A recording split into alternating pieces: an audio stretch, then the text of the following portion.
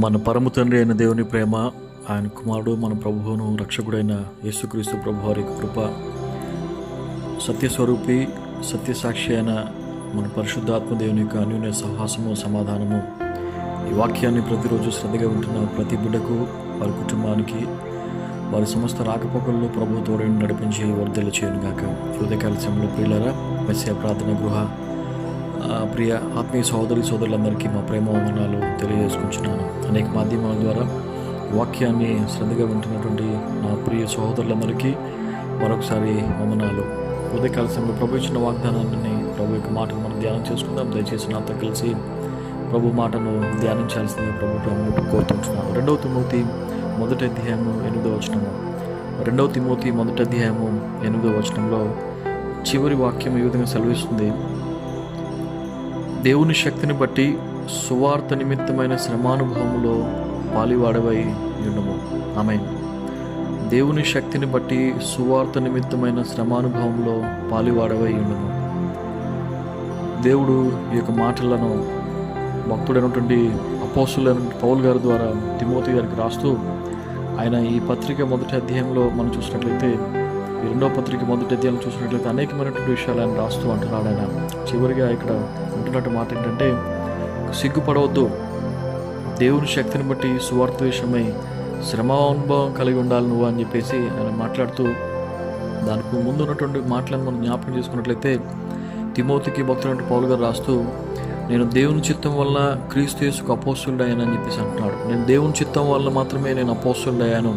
ఒకరు చేస్తే నేను అపోస్తులు అవ్వలేదు, లేకుంటే ఒకరు అభిషేకిస్తే నేను అపోస్తులు అవ్వలేదు, లేకుంటే నన్ను నేను అపోస్తులుగా ఎంచుకోలేదు, కానీ దేవుని చిత్తం వలన నేను అపోస్తులు అయ్యానని చెప్పేసి చెప్తూ ఆయన ప్రతి ఉత్తరంలో ఆ విధంగా మాట్లాడతారు. ప్రతి ఉత్తరం రాసేటప్పుడు ఆయన ఆ విధంగా అంటారు పౌలు గారు.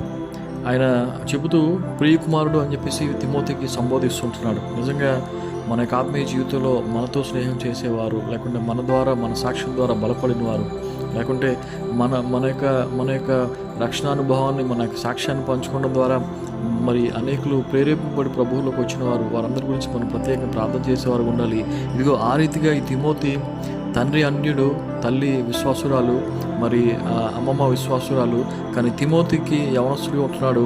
మరి దేవునికి మాటలను తెలియచేసి, మరి ఆ దేవుని యొక్క సువార్తను ప్రకటించి ఆయనను పట్టుకున్నవాడిగా ఉంటున్నాడు. కాబట్టి తిమోతిని ప్రేమతో ప్రియకుమారుడు అని చెప్పేసి అంటూ ఆయన ఏమంటున్నాడంటే, ముఖ్యంగా చెప్పేది ఏంటంటే, ప్రభు పరిశుద్ధాత్మనికి ఇచ్చినటువంటి ఆ యొక్క గిఫ్ట్ ఏదైతే ఉందో, ఆ యొక్క తలాంత ఏదైతే ఉందో దాన్ని వాడాలి అని చెప్పేసి ఆయన చెప్తూ జ్ఞాపకం చేస్తున్నాడు. అంతేకాకుండా ముఖ్యంగా ఆయన చెప్పేది ఏంటంటే, సువార్త నిమిత్తమై నువ్వు శ్రమానుభవంలో పాలువాడవి ఉండాలని చెప్పేసి. సువార్త నిమిత్తం నువ్వు శ్రమ పడాలి, ప్రభు పరిచర్య కొరకు నువ్వు శ్రమ పడాలి, ప్రభు యొక్క సంఘమును స్థాపించిన కొరకు నువ్వు శ్రమ పడాలి అని చెప్తూ యవనస్తున్నటువంటి తన యొక్క మరి ఆ కుమారుడిగా భావిస్తున్నటువంటి తిమోతికి ఆయన చెప్తున్నాడు ఏంటంటే, నీ విశ్వాసము నువ్వు నిష్కపటమైనటువంటి విశ్వాసం నేను నీలో చూశాను, నిష్కపటమైనటువంటి విశ్వాసము మీ యొక్క తల్లిదండ్రులు నేను చూశాను, నీలో అది చూశాను. కాబట్టి నువ్వు ప్రభువులో నువ్వు ఎదగాలి. ఆ యొక్క సువార్త పనిలో దేవుని శక్తిని బట్టి నువ్వు శ్రమ పడాలని చెప్పేసి అన్నాను. మన శక్తిని బట్టి మనం శ్రమ పడితే అది చాలా కొద్ది కాలంగా ఉంటుంది. ఒకరోజు ఉంటాం, 2 రోజులు ఉంటాం, 3వసారి మనము నిరుత్సాహపడిపోతాం. కానీ సువార్త కొరకు మనల్ని శక్తి ఇచ్చేది ఎవరంటే దేవుని యొక్క శక్తి. సువార్త కొరకు మనల్ని బలపరిచేది ఎవరంటే దేవుని యొక్క శక్తి. దేవుని శక్తిని బట్టి మనం బలపరచబడాలి, దేవుని యొక్క సువార్తను మనం ప్రకటించాలని చెప్పేసి ఆ యొక్క శ్రమలను అనుభవం కలిగి ఉండాలి. ఆ యొక్క శ్రమలో నువ్వు అనుభవం కలిగి ఉండాలని చెప్పేసి పౌలు గారు చెప్తుంటున్నారు. ఆయన చెప్పేది ఏంటంటే, పనిచేసేటువంటి చెయ్య. ఎప్పుడు కూడా పౌలు గారు చెప్పేటువంటి మాటలో పనిచేసేటువంటి చెయ్యి ఉండాలి.